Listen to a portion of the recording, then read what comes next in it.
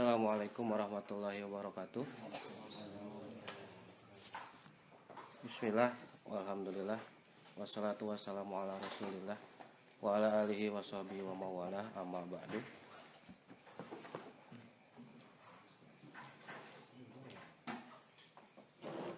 Alhamdulillah, pada malam hari ini kita bisa dipertemukan pada pengajian kitab Kaifatus Shalat, walaupun tidak secara langsung. Mudah-mudahan tidak mengurangi keberkahan dari kitab yang kita aji bersama-sama. Mudah-mudahan kita selalu diberikan rahmat dan tuntunan Allah,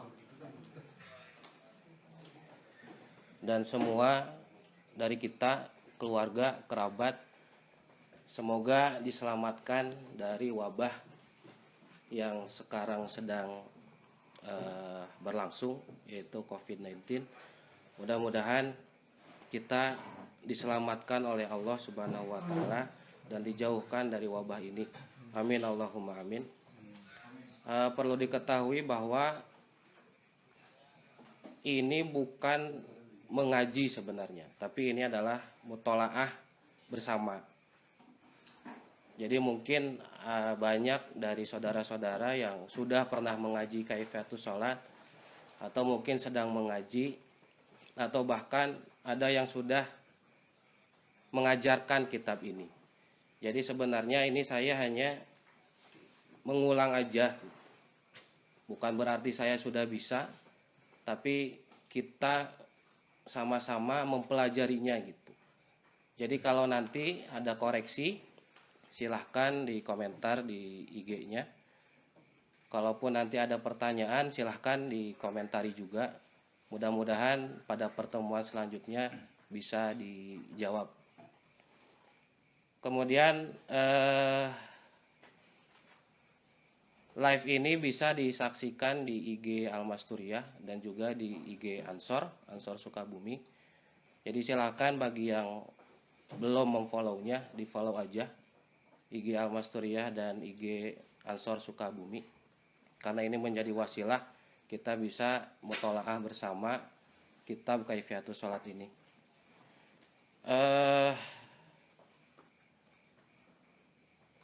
Dan kalau misalnya ada yang belum memegang kitab Kaifatus Shalat, bisa langsung memesan aja di Kopontren Al-Masturiah. Bisa nanti dilihat di IG Al-Masturiah tata caranya seperti apa. Nanti bisa lebih nikmat mungkin kalau misalnya kita memegang kitabnya itu sendiri. Sebelum memasuki mutolaah ini, mungkin alangkah baiknya kita hadoroh terlebih dahulu. Kita kirimkan Fatihah kepada guru-guru kita, khususnya adalah musonif kitab ini, yaitu Mama Ki Haji Muhammad Masturo. Mudah-mudahan dengan kita mutolaah kitab ini, kita mendapatkan keberkahan dari beliau dan bisa mendapatkan ilmu khususnya tentang bagaimana kita sholat, karena sholat ini adalah sesuatu yang sehari-hari kita pasti laksanakan. Ila hadratin Nabi Mustafa Rasulullah sallallahu alaihi wasallam wa ila ruhi wa ila ruhi abaina wa ummatina khususan ila ruhi wasulihim wa furu'ihim wa dhabil huquqi alaihim ajma'in. Anallaha yaghfir lahum wa yarhamhum wa yuli darajatin fil jannah wa yanfa'una bi asrarihim wa anwarihim wa ulumihim wa nafaatihim fid dini wad dunya wal akhirah. Bisiril Fatihah. A'udzu billahi minasyaitonir rajim. Bismillahirrahmanirrahim. Alhamdulillahirabbil alamin arrahmanir rahim maliki yaumiddin. Iyyaka na'budu wa iyyaka nasta'in ihdinas siratal mustaqim siratal ladzina an'amta 'alaihim ghairil maghdubi 'alaihim waladdallin.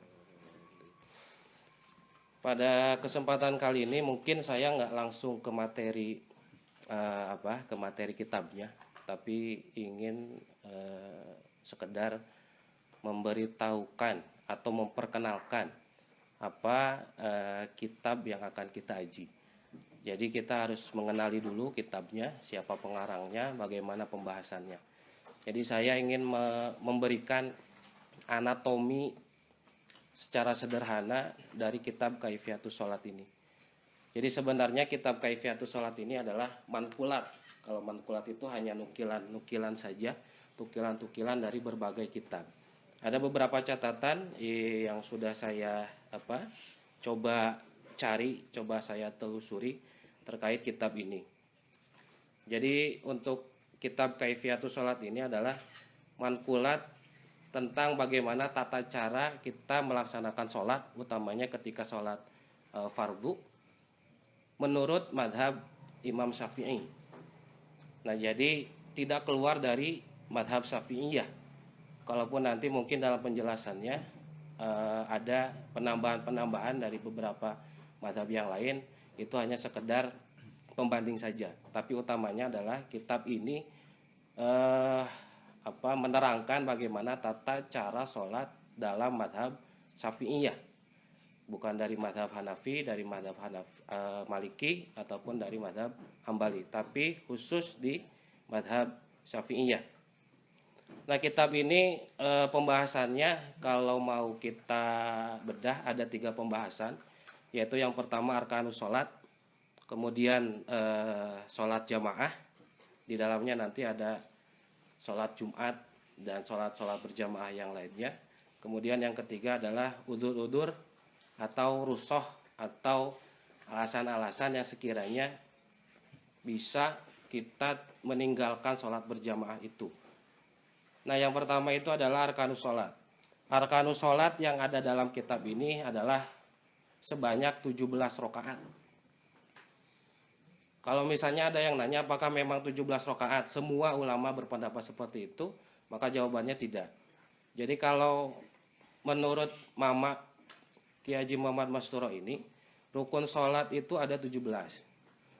Ulama sebagian ada yang menghitung rukun sholat itu adalah 18, maaf. Jadi rukun sholat itu 18 dengan ditambahkan niat keluar sholat. Jadi kalau yang masyhur di kita itu kan rukun sholat itu ada 17 rukun. Sedangkan kalau misalnya sebagian ulama itu ada Imam Ibnu Suja, itu beliau berpendapat bahwa rukun sholat itu ada 18 dengan ditambahkan niat keluar dari sholat.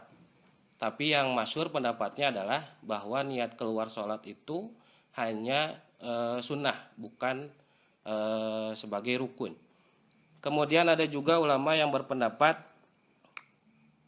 rukun sholat itu bukan 17 tapi 14 rukun. Kenapa disebut 14 rukun? Karena menjadikan tumak ninah yang ada 4. Tumak ninah itu di pertama itu ketika ruku, i'tidal, kemudian sujud, dan ketika duduk. Itu ada 4 tumak ninah.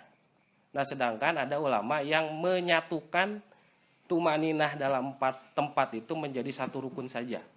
Jadi totalnya hanya 14 rukun. Jadi kalau misalnya di dalam kitab ini yang pertama niat, takbir, ngadeg teh, berdiri, baca Fatihah, ruku, tumak ninah, i'tidal, tumak ninah, sujud, tumak ninah, duduk antara 2 sujud, tumak ninah, duduk akhir, kemudian tasyahud, sholawat kepada Rasul, salam yang pertama, dan tartib. Itu 17 rukun.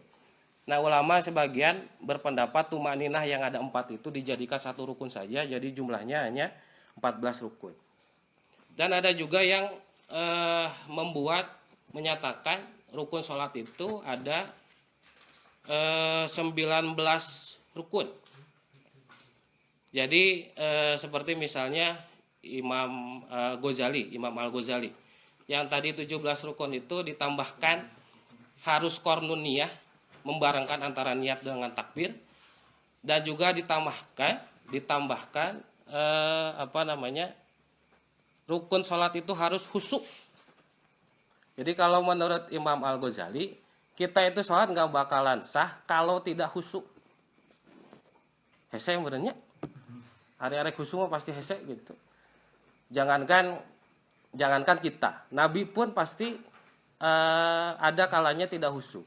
Nanti ada satu hadis yang menggambarkan bahwa Nabi itu ketika sholat mendengarkan apa yang diucapkan oleh makmum. Maka ketika itu kalau misalnya mau dihukumi, sebenarnya ketika itu Nabi tidak khusyuk kalau secara dohirnya, karena Nabi mendengarkan apa yang makmum katakan. Nah jadi menurut Imam Ghazali itu khusyuk adalah masuk ke dalam rukun sholat.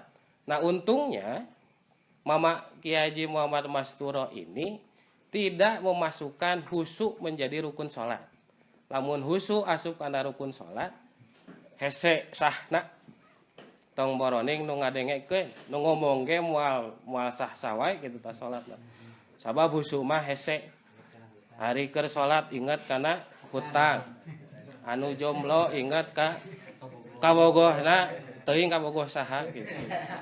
Dan sebagainya. Jadi kalau misalnya khusyuk itu memang susah. Makanya ini dalam kaifiatus salat ini hanya 17 rukun saja tanpa memasukkan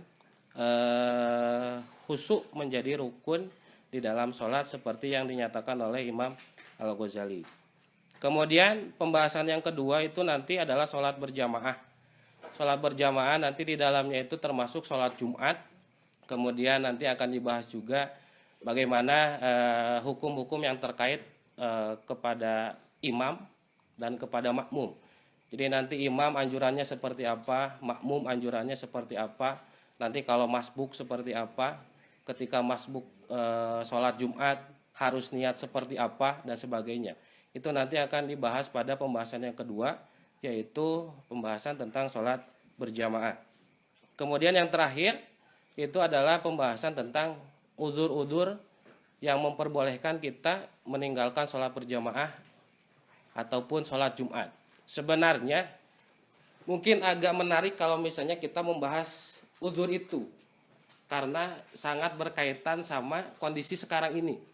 Sekarang kan banyak fatwa-fatwa yang menyatakan kita tidak usah Jumatan, kita tidak usah berjamaah di masjid, cukup di rumah aja, beribadah di rumah, taraweh di rumah dan apa-apa di rumah. Nah itu nanti akan dibahas di pembahasan terakhir, yaitu udzur-udzur yang bisa membuat kita meninggalkan sholat berjamaah itu dan sholat Jumat utamanya, karena sholat Jumat itu kan fardu ain bagi laki-laki. Tapi kalau ada udzur nanti bisa diganti dengan sholat zuhur. Nah kemudian mankulat yang ada di dalam kitab ini, kalau coba saya teliti itu ada totalnya itu sekitar 187 tukilan. Jadi mankulatnya itu ada sekitar 187 sekurang-kurangnya. Jadi nanti kalau misalnya ada yang pernah meneliti juga silahkan dikoreksi kalau totalan yang saya buat itu salah. Tapi yang saya coba cari itu total mankulatnya itu ada 187. Saya coba bagi ke dalam 3 kategori. 3 kategori itu kalau misalnya dalam istilah sekarang itu ada yang primer, ada yang sekunder, ada yang tersier lah gitu. Tapi tidak seperti itu, saya coba mengkategorikannya seberapa banyak beliau menukil dari kitab tersebut gitu ya. Jadi ada 187 dibagi 3 kategori. Kategori yang pertama itu tukilan 10 ibarat ke atas. Jadi ada 10 ibarat ke atas.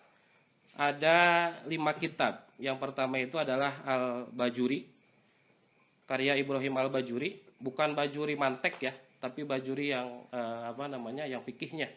Itu sekitar 58 tukilan dari kitab Al-Bajuri itu.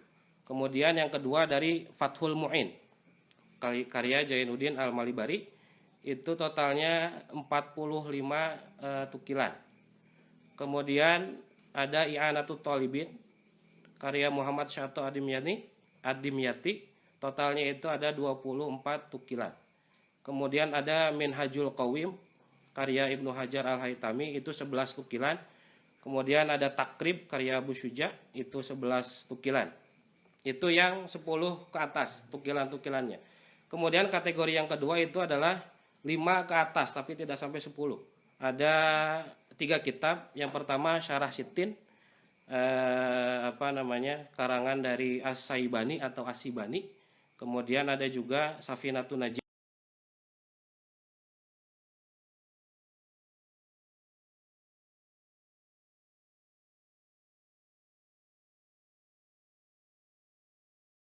lengkap terhadap ibarat-ibarat yang telah ditukil sebelumnya oleh beliau. Itu yang pertama dari kitab Kasyifatus Saja 3 tukilan, kemudian Marokil Ubudiyah 3 tukilan itu karya Imam Nawawi Al-Jawi, kemudian Al-Adkar An-Nawawiyah itu 2 tukilan, kemudian Al-Futuhat Ar-Robaniyah ada 2 tukilan, kemudian Bughiyatul Mustarsyidin ada 2 tukilan karya Habib Abdurrahman. Kemudian ada Sulaiman Al-Qurdi. Sulaiman Al-Qurdi ini sepertinya mengutip pendapatnya gitu, bukan dari kitabnya. Ada sekitar 2 tukilan. Kemudian ada Fathul Wahhab karya Zakaria Al-Ansori itu 1 tukilan. Kemudian Irsyadul Ibad ada 1 tukilan karya Zainuddin Al-Malibari, dan pendapat dari Asy-Syarqawi 1 tukilan. Totalnya itu kitab yang dijadikan rujukan dalam kitab ini adalah sekitar 17 kitab. Dengan tadi dibagi-bagi seperti itu. Dan yang menarik itu adalah dalam kitab ini yang saya lihat tidak ada ungkapan secara mandiri dari Kiai Haji Muhammad Masturo. Semuanya tukilan. Bahkan dalam kitabnya di pembukanya itu adalah Qolal ulama rahimahumullah. Jadi langsung menurut ulama. Jadi dalam kitab ini silahkan kalau misalnya kalian mau lihat-lihat lagi. Saya rasa tidak diketemukan pendapat sendiri dari Mama Masturo ini. Tapi beliau langsung menukilnya ke pendapat ulama. Bahkan kalaupun ada hadis, ada Al-Quran, itu beliau tidak menukilnya langsung dari Sahih Bukhari misalnya, atau dari Sahih Muslim, atau dari musnad-musnad yang lain. Tapi beliau menukil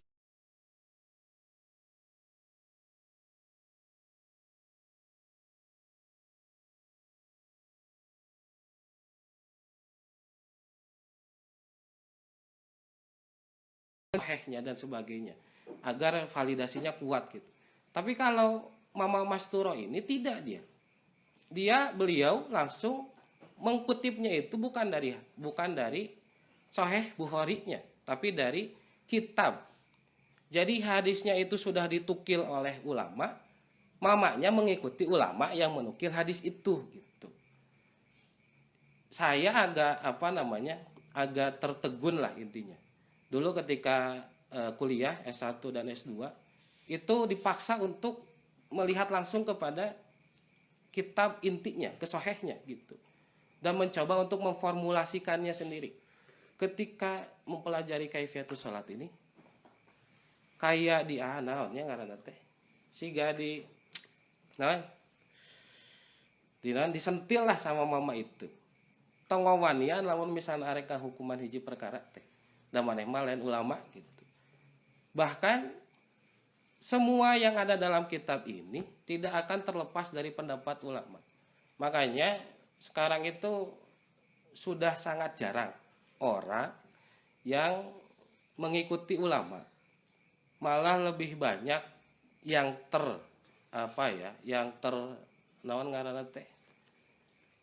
terpublish di publik itu. Kita itu harus langsung merujuk kepada Al-Quran dan hadis. Sebenarnya boleh, nggak apa-apa kalau misalnya kita mau langsung kepada Al-Quran dan hadis.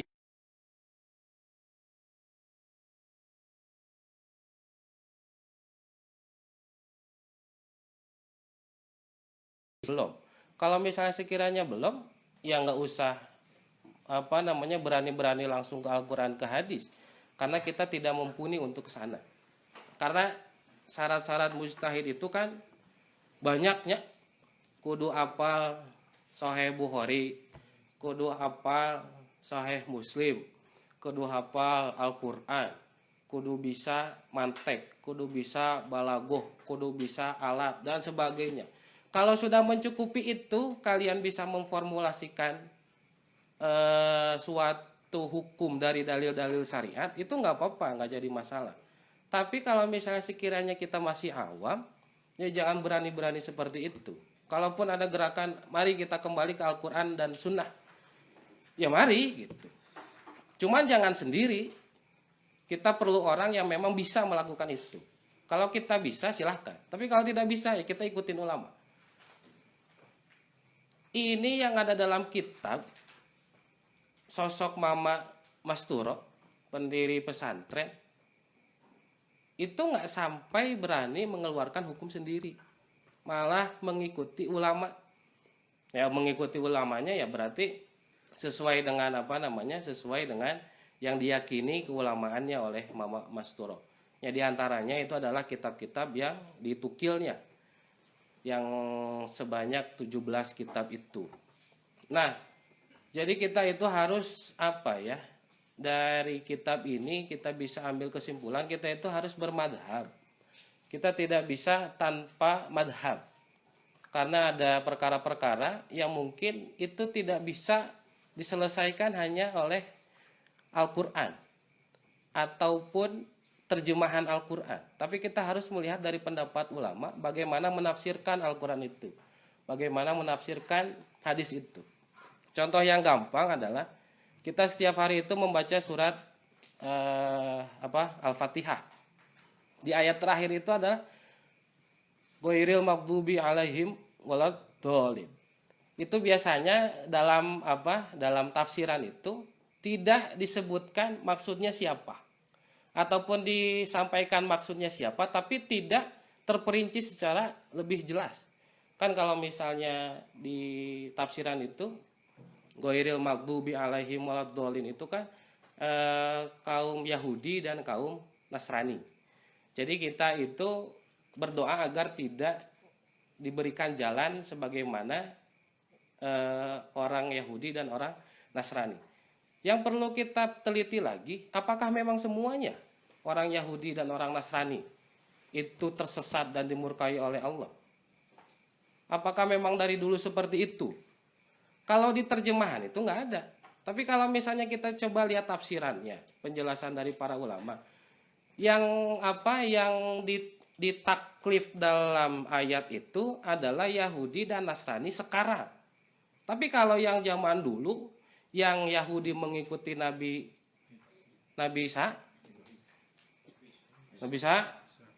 Musa, yang Nasrani mengikuti Nabi Isa, apakah mereka tersesat?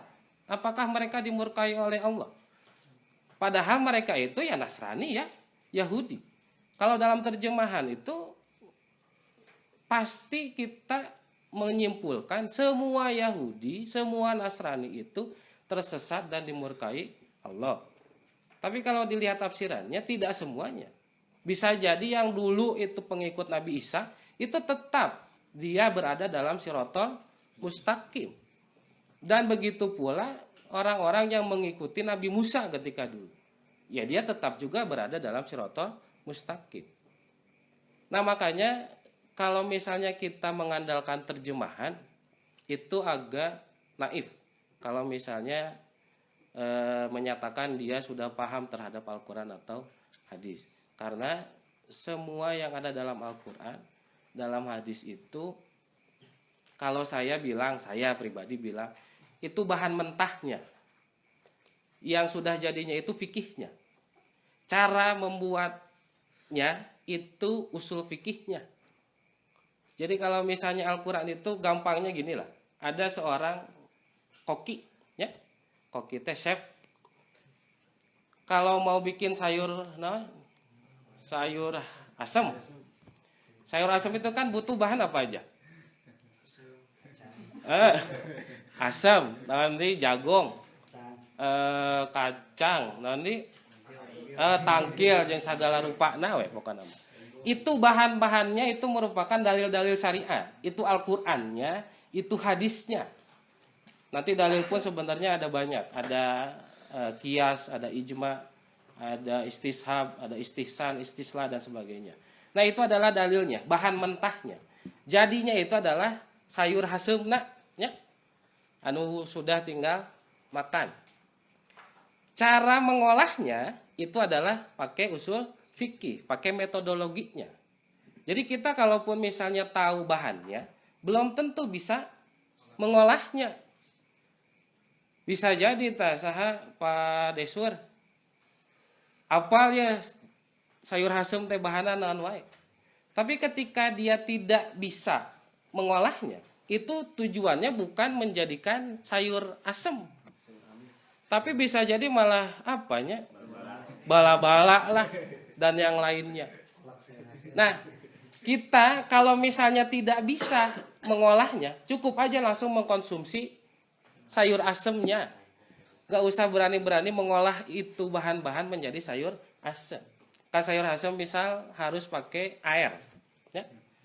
Kalau misalnya nggak pakai air jadi itu sayur. Makanya ketika itu para ulama itu mewajibkan orang awam itu untuk bermadhab. Karena kita tidak ada kemampuan untuk mengolah bahan-bahan mentahnya menjadi barang jadinya. Nah, barang jadinya itu bisa jadi berbeda antara satu ulama dengan ulama yang lain. Karena cara mengolahnya yang berbeda. Nu hiji mah uyahna sasenok, nu hiji di uyahna 2 sendok. Nu hiji mah haseumna sasenok, nu hiji di 2 sendok. Rasana beda pasti. Tapi itu fikih. Selama metodologinya benar, itu tidak menjadi masalah. Nah, metodologi itu adalah yang yang namanya usul fikih. Kebetulan sering mengajar usul fikih juga dan itu sering dijadikan contoh oleh saya bahwa kita itu ketika tidak bisa mengolah bahan-bahan itu untuk menjadi sesuatu yang ingin kita harapkan, maka kita cukup barang jadinya saja. Fikihnya saja sudah. Fikihnya itu yang sudah diformulasikan oleh ulama. Ketika kita mengikuti pendapat ulama, maka ketika itu kita sudah bermadhab. Dan yang dalam kitab ini adalah madhab Syafi'iyah, bukan madhab yang lain. Nah, jadi dari kitab ini mungkin yang paling penting itu. Jadi kita itu harus mengikuti pendapat ulama. Agak menggelitik juga sebenarnya. Ketika begitu banyak kitab, kan kitab teh sampai ke ayeuna mungkin ada jutaan kitabnya, ada ratusan ribu kitab dan banyak pokoknya. Tapi yang dijadikan rujukan oleh Muhammad Masturo ini adalah 17 kitab saja. Sebenarnya ingin saya teliti lebih lanjut lagi, mudah-mudahan ada kesempatan lagi. Itu ingin saya lihat apakah memang kitab-kitab lain itu tidak dijadikan rujukan, alasannya kenapa. Karena pasti saya yakin mama itu pasti punya banyak kitab.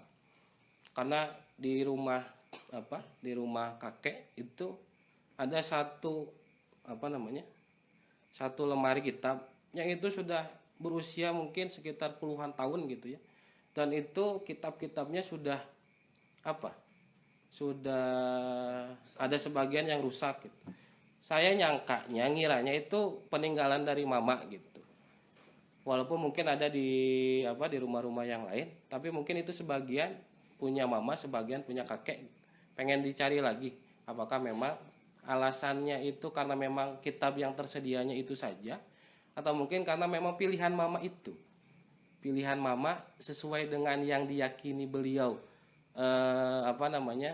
keabsahannya itu yang ada dalam kitab itu saja. Mungkin itu saja pada malam hari ini, tidak terlalu banyak.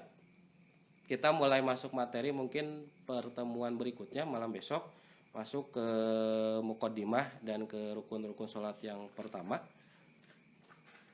Kalau misalnya ada pertanyaan silahkan di komentar. Nanti mudah-mudahan besok bisa diberikan jawabannya. Mungkin gak semuanya, sesuai kemampuan saya saja mungkin.